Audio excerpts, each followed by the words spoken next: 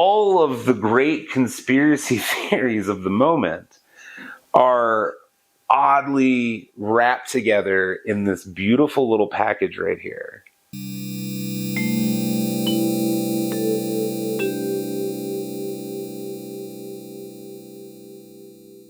I finally got around to finishing the Inherit the Stars trilogy, the Minervan Experiment, or the Giants trilogy, as it's sometimes called. So I knocked out Giant Star. This is the third book in the series. I have a lot of good things to say about this series, generally. Debated whether or not to sort of give a collective accounting of the plot in a spoilery kind of way. But after reading the final book, I've decided that you really just need to discover this on your own. Third books and trilogies are tricky, and I don't know of very many trilogies that really nail it. I'm just going to throw out an unreal number here and say, potentially 80% of third books and trilogies are either a total waste or they do nothing to really tie the series together and give it a sense of finality. But that's not the case with this book. The great thing about this trilogy is that each book individually has perfect resolution. But at the same time, when you begin the next book in the series, you find that the books are dovetailed perfectly also. And the really fantastic thing about this book is that it ends up dovetailing perfectly back into the first book. And that's all I'll say about it.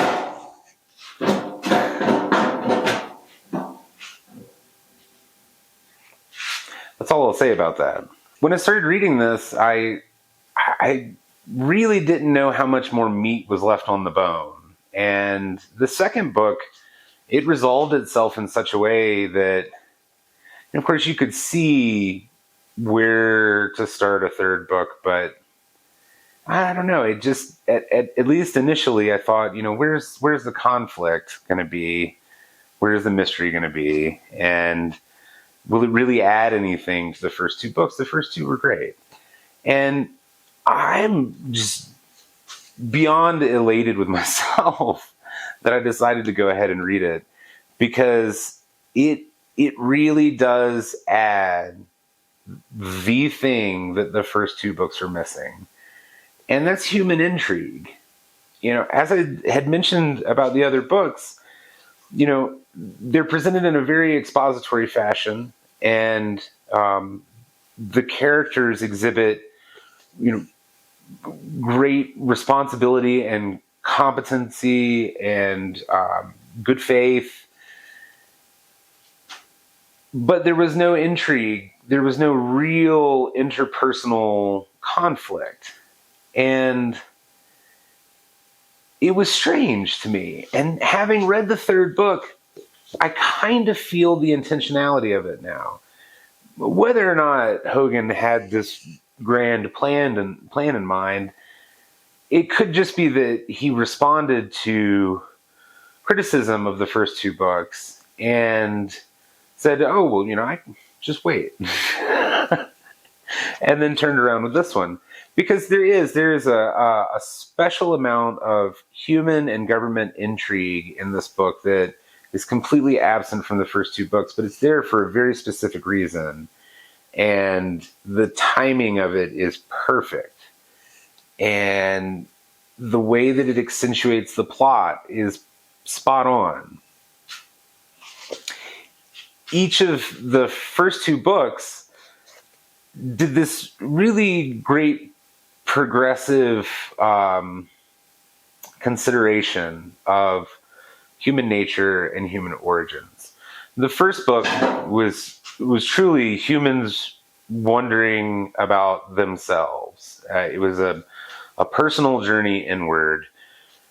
Who are we? Where did we come from? What are we like? And the second book is an exploration of humanity through the eyes of an alien culture. So the humans get to experience their own reintroduction to themselves through the stranger who knew them in the deep past. And the general questions that we tend to go back and forth on in our social comings and goings, are humans naturally predacious? Are humans naturally warlike? Is the tendency towards violence something that's just ingrained genetically in us, or is it a weird aberration? And this series of books does a great job of casually exploring that notion through various lenses, and then it answers it specifically.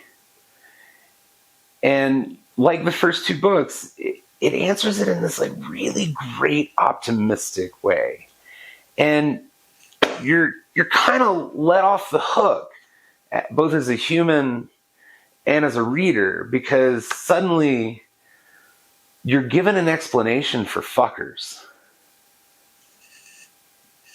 Why are there fuckers in the world? Why can't we have nice things? It's the ultimate question. Why can't we have nice things? What's the fuckers, right? And who are the fuckers? It's the people who usurp progress, and the people who create dominant cultural lies that entrap people's minds. It's the old wealthy families that have accumulated money for centuries.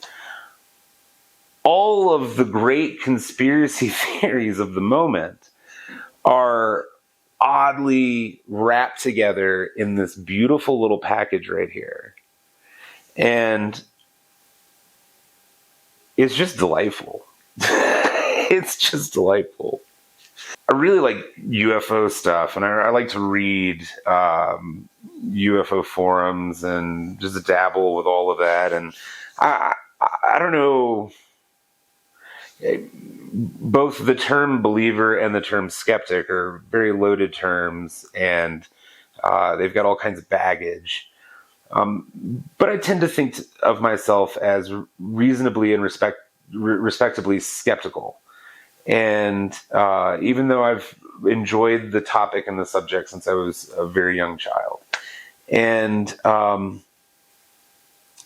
often these days, having started this series, when I see people on UFO forums here and there, spinning out, hey, maybe it's us from the future, maybe it's us from the past, and it's a forgotten civilization or whatever. They're spinning their theories, and it's recently become like really necessary for me to tell them, like, guys, like, you should read this trilogy by James Hogan, because it's all there in this neat little package. The UFO stuff, the ancient civilization stuff, the outside malevolent force that keeps humanity from progressing in a collective and helpful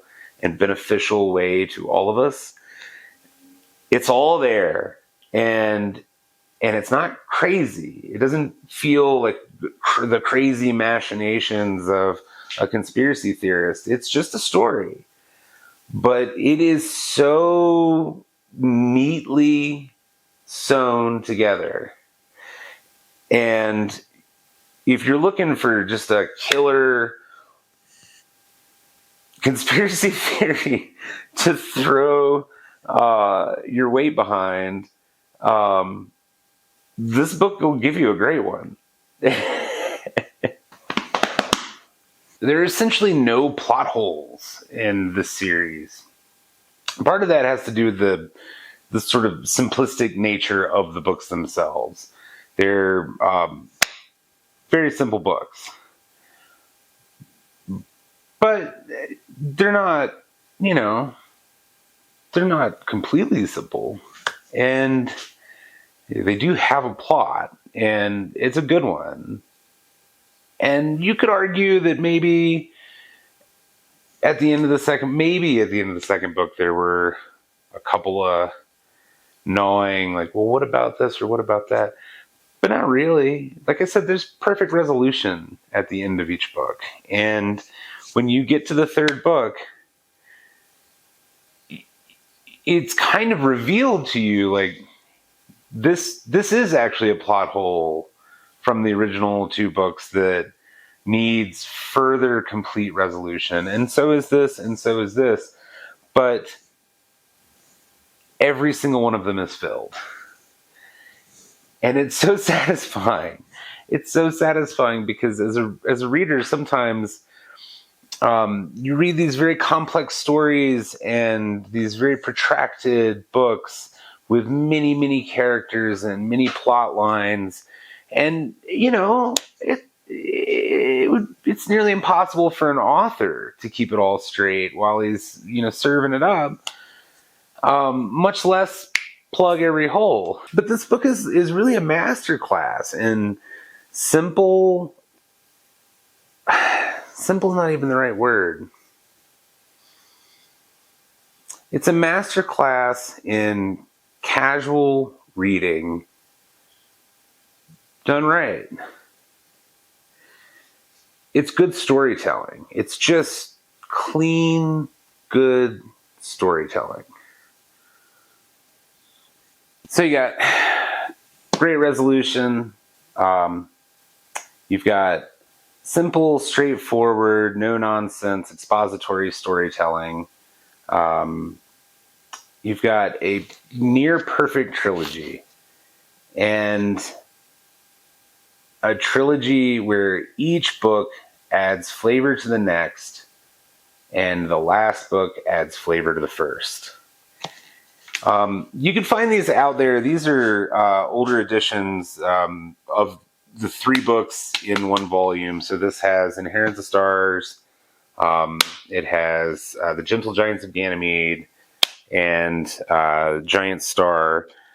I believe that there is another book out there that is not directly part of this trilogy, but it's set in the same universe. But I'm probably not going to get to that one anytime soon. There's the TBR is huge, but I really can't recommend this series enough. It's not high literature. It's very casual reading, and there are things that it gets right about technology, and there are things that it kind of misses the mark on. I think Hogan successfully visualized virtual reality, except they called it the Perceptotron, which is great. It just gives me those old, Interocitor vibes. But anyway, again, great series, highly recommend it. Perfect trilogy. Go read it. It's good stuff. Brain candy. You can't beat it. You'll see what I mean when you read it. You'll see what I mean. Thanks for watching. Have a really good week, and I'll talk to you later.